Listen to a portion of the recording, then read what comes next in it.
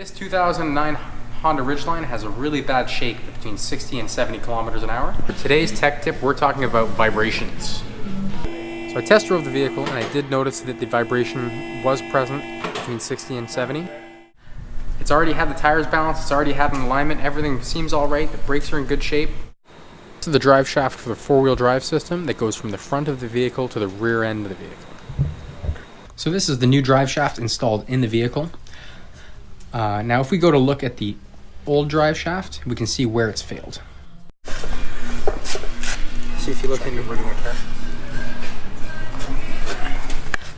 On some vehicles, these U-joints are easily replaced. Honda recommends the replacement of these U-joints as an assembly with the drive shaft.